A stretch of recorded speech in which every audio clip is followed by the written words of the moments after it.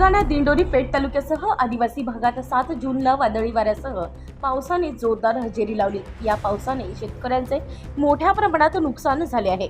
अचानक वादळी वारा पाऊस सुरू झाल्याने नागरिकांना तारेवरची कसरत करावी लागली। दरम्यान पावसाच्या सरी पडूनही रस्त्याची दुरवस्था झाल्याने नागरिकांमध्ये तीव्र असंतोष व्यक्त केला जात होता।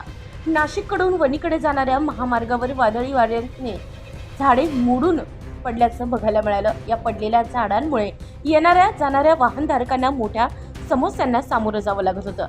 कळवण तालुक्यातील आदिवासी समाजसेवक सुदाम भोये, विशाल झोपडे, नवनाथ पवार, सुरेश गायकवाड, वैभव गायकवाड, वकार गांगुर्डे यांनी झाडे रस्त्याच्या कडेला नेत वाहनधारकांना वाट मोकळी करून दिली। उत्तर महाराष्ट्र न्यूज नेटवर्कसाठी पांडुरंग बिरार, सुरगाणा।